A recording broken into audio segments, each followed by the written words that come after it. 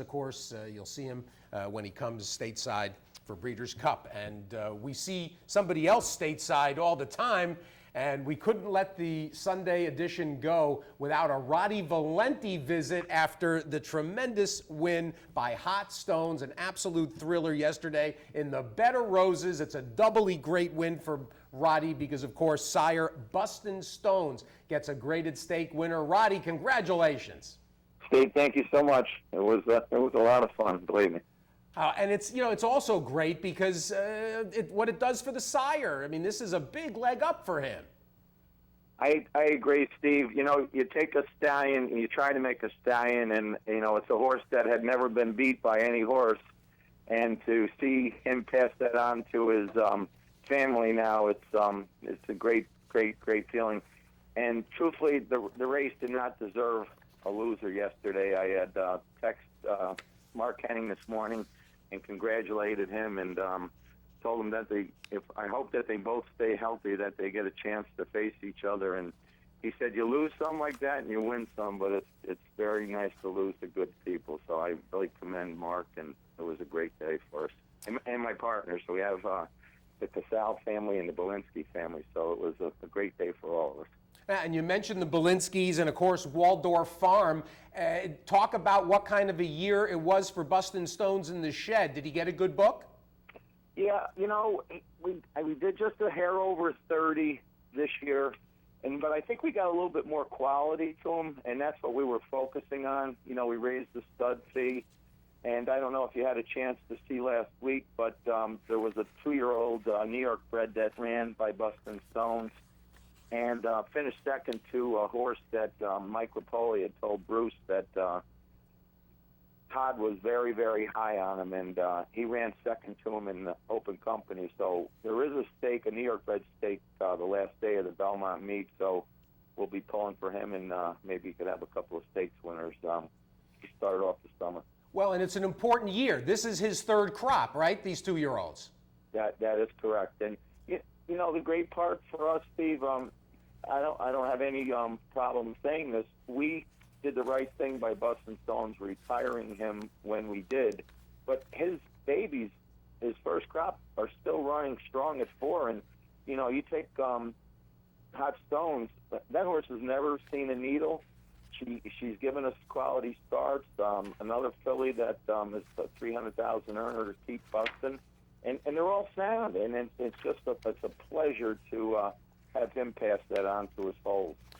Roddy, I just want to go back for a minute to the foundation. Hot Stone's a homebred. Bustin' Stones, the sire, was a homebred for you. But I want to go back. The dam of Bustin' Stones she's a sure thing. Southern California runner. How did you wind up with her?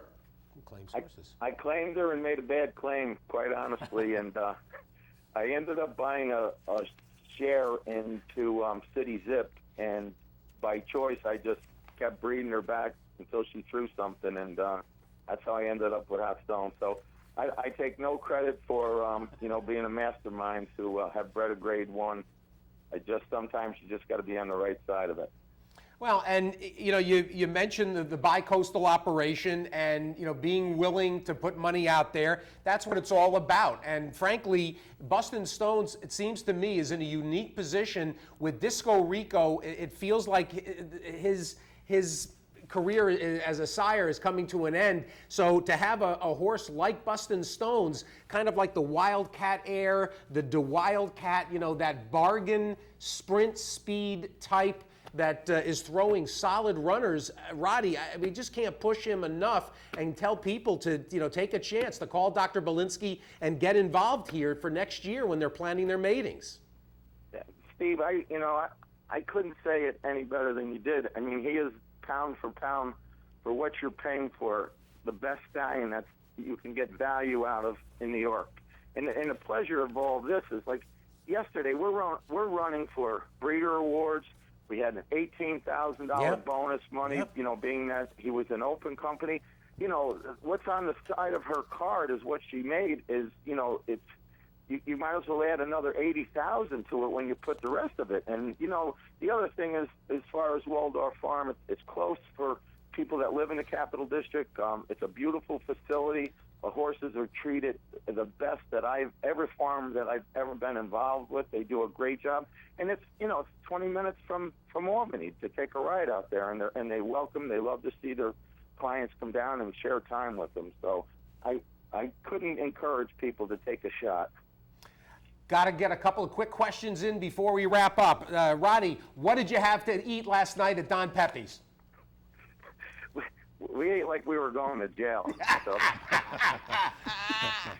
There wasn't nothing we missed on that menu, believe me.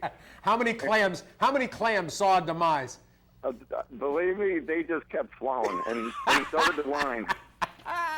I love it. Got to ask, too, we got a couple of potential bets today at Philadelphia. You got Boss and Me in the 5th, and then coming up this week, how about Cheese Stone Sis in that 5th race on Wednesday? She's in New York. Yeah, I look at the race quickly. There's a filly that, you're going to look at her form and say, what happened? It took Bruce the summer to figure it out. She hates the cold. She would not eat. He couldn't get her. He was spaced in her races, couldn't get her. And now she's back, she's back eating. And listen, horses talk to you in that manner. And she will run a big race on Wednesday. And I know we got the 6th horse in there to beat, but truthfully, that's the whole gig with her, is that she's a summer horse, and she'll probably be turned out for the winners from here on in. There you go. And then how about a Philadelphia today? That puts everything back into reality. You go from grade 3 to a 16-3 lifetime. So you're on your own with that guy. I don't know. I suppose this was named for your wife, Boss of Me. Listen, I got a wife, a daughter. I take commands not only from one but from the other. Roddy Valente, one of the easiest guys in the sport to be happy for when things go well, and he's always smiling whether they go well or not. Roddy, thanks so much. Hey, Steve, I'm just going to share this with you quick. We're at dinner last night, and I'm going through like the 50, 100 texts that I had, and it was so funny. I got Chad Brown, Todd Fletcher, I said, boy, what a difference this is. It's usually me sending them to them, so it was nice to inherit some texts from them guys last night as well. Well, listen, you deserve every good thing that comes to you. Roddy, thanks so much. Thank you, Steve, and Seth, I appreciate it. We love it. Roddy Valente, one of the local people in the game that just is always in there pitching and always smiling. I would expect Hot Stones to show up at Saratoga as well. Oh gosh, yeah, absolutely. We'll have some I don't know local if she's, she made that was a funny race yesterday. That was it didn't get run in the manner you might have expected, but hey, that's why they run them. Absolutely. All right, we'll wrap things up for this edition of Racing Across America. Don't forget, we'd love to hear questions, comments, suggestions. Loose on the lead at yahoo.com. We would love to hear from you. Loose on the lead, we're here every Sunday morning from 10 until 11 a.m. or somewhere thereabouts. 11:07, whatever it might be. I'm on vacation, so there won't be live at the races replays. There'll be best ofs, so you can listen to those, I suppose. That's why it's best of. That's right. That's right. Yeah, tune in. All right, we're going to wrap things up for this morning again. We'll see you next Sunday morning at 10 a.m. Loose on the lead. Stay tuned to the rest of the afternoon here on the network and enjoy the racing. Cash a few tickets. We'll see you again next time.